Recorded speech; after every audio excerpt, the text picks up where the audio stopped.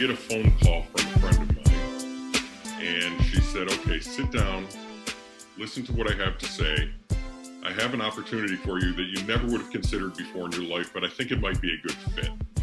And she presented this option of going to work for David Techner, who's the owner of the Ira Kaufman Chapel. And she put the two of us together. And again, it's something I never thought I would do. David and I got together for lunch. He offered me the job. That was almost 11 years ago. Never thought I'd be doing something like this in my life. And at this point, I couldn't imagine doing anything else.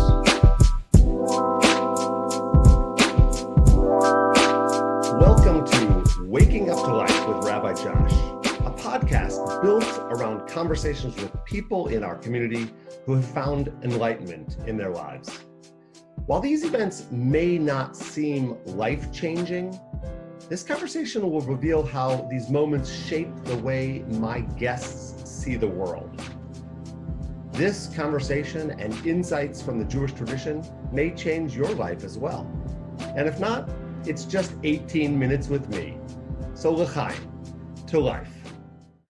Today, we are welcoming to the podcast Josh Tobias, who is one of the funeral directors at the Ira Kaufman Funeral Home in Southfield, Michigan. Josh is a personal friend, a colleague, and has had an experience in his life that changes the way he sees things in the world. Josh, it's great to have you on the show. Thank you so much for having me. I'm really excited about this, Josh. So despite the fact that we share a first name, our stories in life are very, very different. You grew up here in Michigan. You were active in the Jewish community. Your father was the president of Temple Israel, but you really didn't find your way into the communal Jewish world professionally until later in your career. I know that story has had a very profound impact on you, so I'd love it if you'd share with our guests the story of how you found your way to your current job. Absolutely. So I've been with the Ira Kaufman Chapel for almost 11 years. Prior to that, I was working in the mortgage business, working at a bank writing loans for about 7 or 8 years before that, and a different hodgepodge of jobs since I graduated from college. Never really finding something that was the right fit for me. About 13 years ago, as I'm sure you're aware, with the housing market falling apart and the mortgage business falling apart, I started looking to make a change. I get a phone call from a friend of mine, and she said, okay, sit down, listen to what I have to say. I have an opportunity for you that you never would have considered before in your life, but I think it might be a good fit. And she presented this option of going to work for David Techner, who's the owner of the Ira Kaufman Chapel. And she put the two of us together. And again, it's something I never thought I would do. David and I got together for lunch. He offered me the job. That was almost 11 years ago. Never thought I'd be doing something like this in my life. And at this point, I couldn't imagine doing anything else. So you mentioned to me when we were talking earlier about the subject that you had many, many jobs, but now you have found a career. What does that mean? What does it mean that you've actually discovered your true career? So after I graduated from college, I probably had 10 to 12 different jobs. They were sales jobs. They were jobs that I was looking for to help support my family, get me from 1 month to the next, and trying to find something that I was really passionate about. And I never really found it. And again, this isn't something that I was looking for. But until I came to Ira Kaufman, I never had a job that I thought was going to be my life's work, so to speak. And I think I finally found that. So and I know that. What is it about the job as a funeral director that has brought you so much meaning? I get a lot of people asking me that question in the same way that they ask me, how do you do that work when you're dealing with death every day? And the fact is that what I love about what I do is the connections that I make with people that I'm helping. I don't look at my job as working with death every day. I'm working with families and guiding families through a really horrible time in their lives. And I try to explain to people that I could meet a new family on a Monday morning that I've never met before. 2 days later, I walk into the Shiva house after the funeral, and I walk in and feel like I'm a part of the family. It's hard to put a price on something like that, and that's really the reward that I find every day in my job. So part of what you're saying, I think, is that death, although very sad and sometimes tragic in moments that you've experienced, the process of death and dying doesn't have to be a negative moment in people's lives. In fact, part of your job is to create some sense of hope, forward thinking, and positivity out of a very negative experience, correct? That's exactly right. I don't think that my job is to try to make things better for a family, but my goal is to try to make the process easier for them. So I have a question about this. You know, it is strange to have somebody who had no experience in the world of death and dying, who was in sales and mortgages, to go into the business of a funeral home. Was it a strange transition at first, or did you sort of find it almost immediately to fulfill something that was missing in your life? That's actually the incredible part of it. It never felt strange. It never felt uncomfortable. It felt right from the very beginning. So part of what I think is the lesson to be learned here is that being not fulfilled in a job, even if you're making money, it's okay to sort of let go of that and pursue new experiences, because somewhere out there, there is for every person, certainly for you, a job that matches not only your skill set, but your sense of meaning in the world. And never letting go of keeping an eye out for those opportunities. If I wasn't open to doing something like this, I would probably still be working in the mortgage business, because I thought that's really where my path was going to be. And I was just trying to find the right landing place for a long-term job.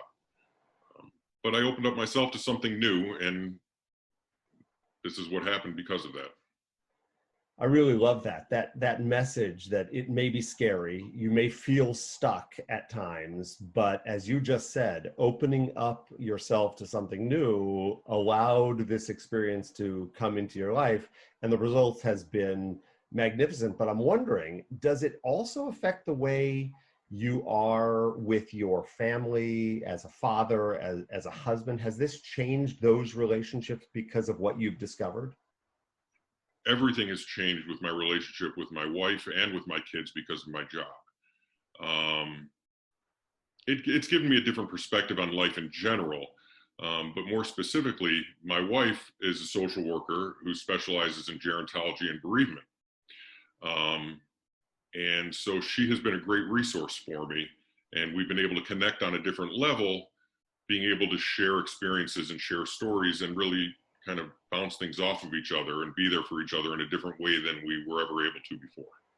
That's an amazing thing. And I'm assuming you have two children, Katie and Charlie.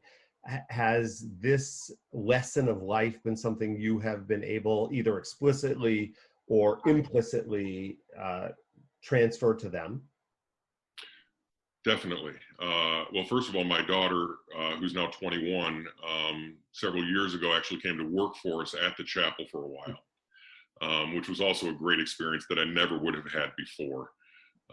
But just naturally bringing home from work what I bring home every day has given them a different perspective on life, and a different appreciation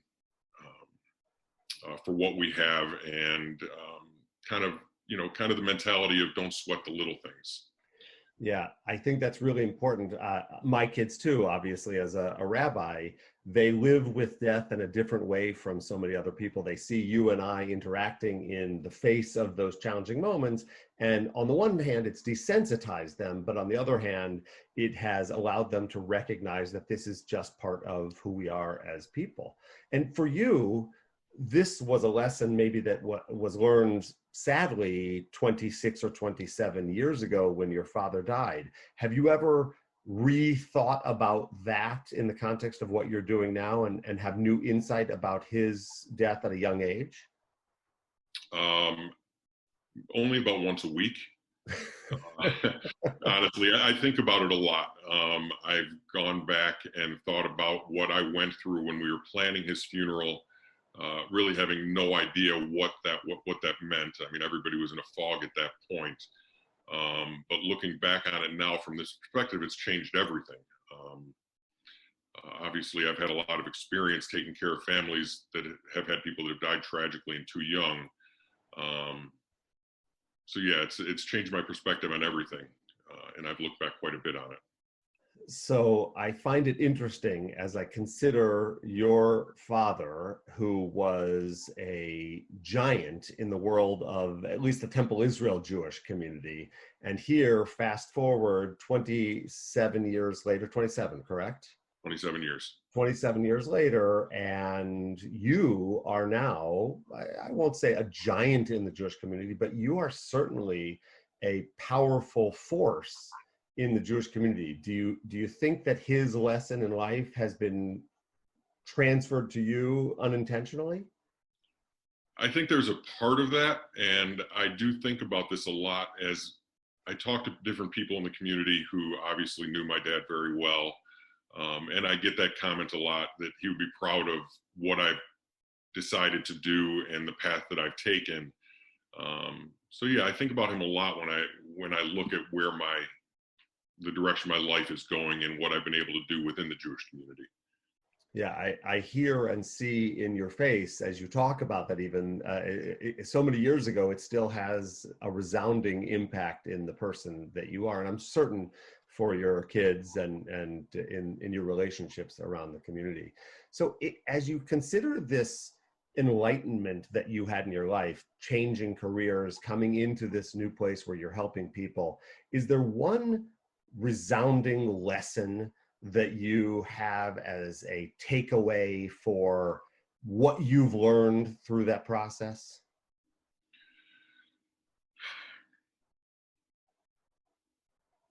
I think what I've learned more than anything is,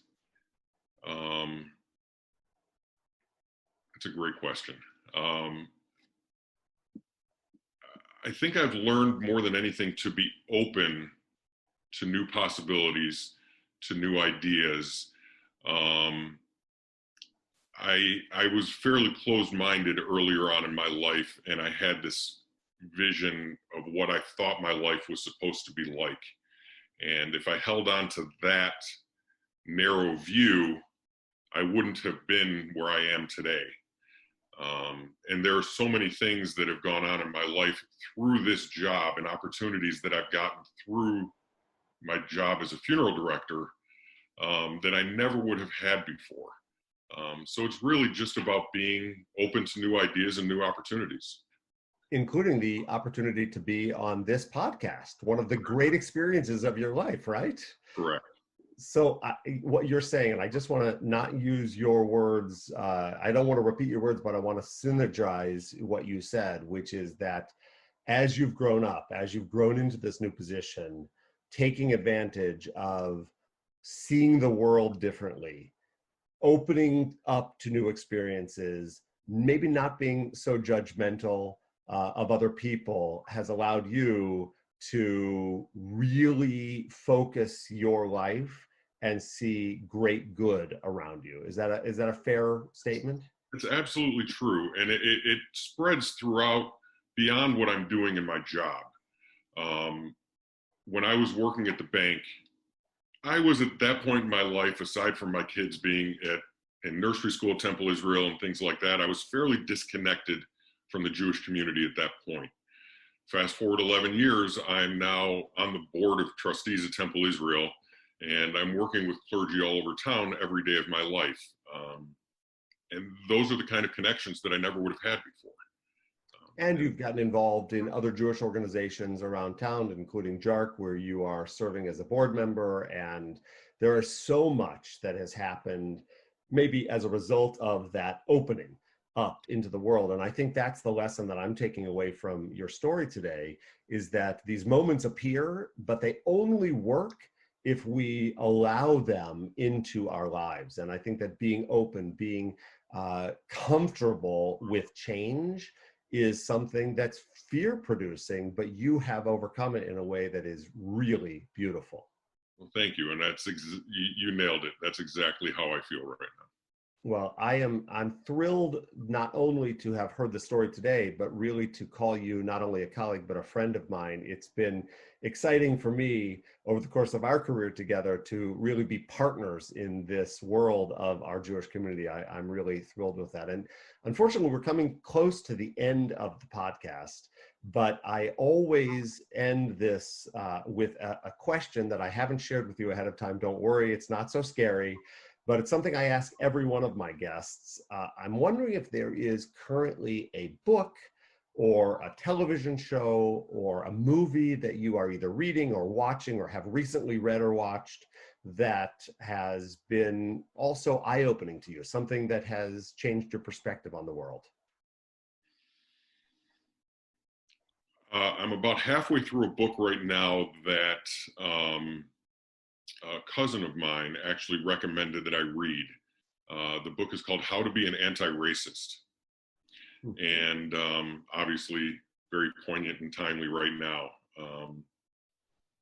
Because there's been so much discussion about, the difference between not being a racist and being an anti-racist. And it's been an interesting book to read during this time. And it's really given me a lot to think about.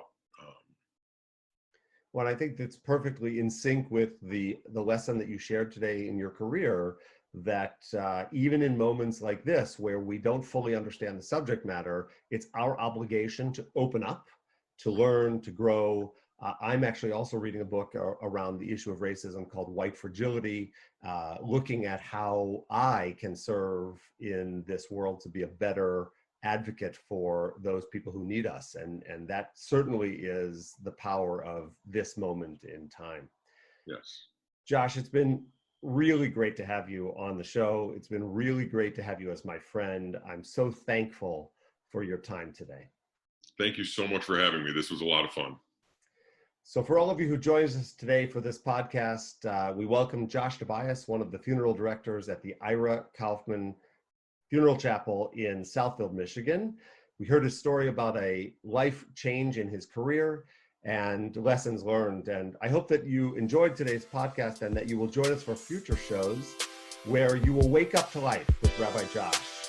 So I look forward to seeing you soon. Until then, l'chaim.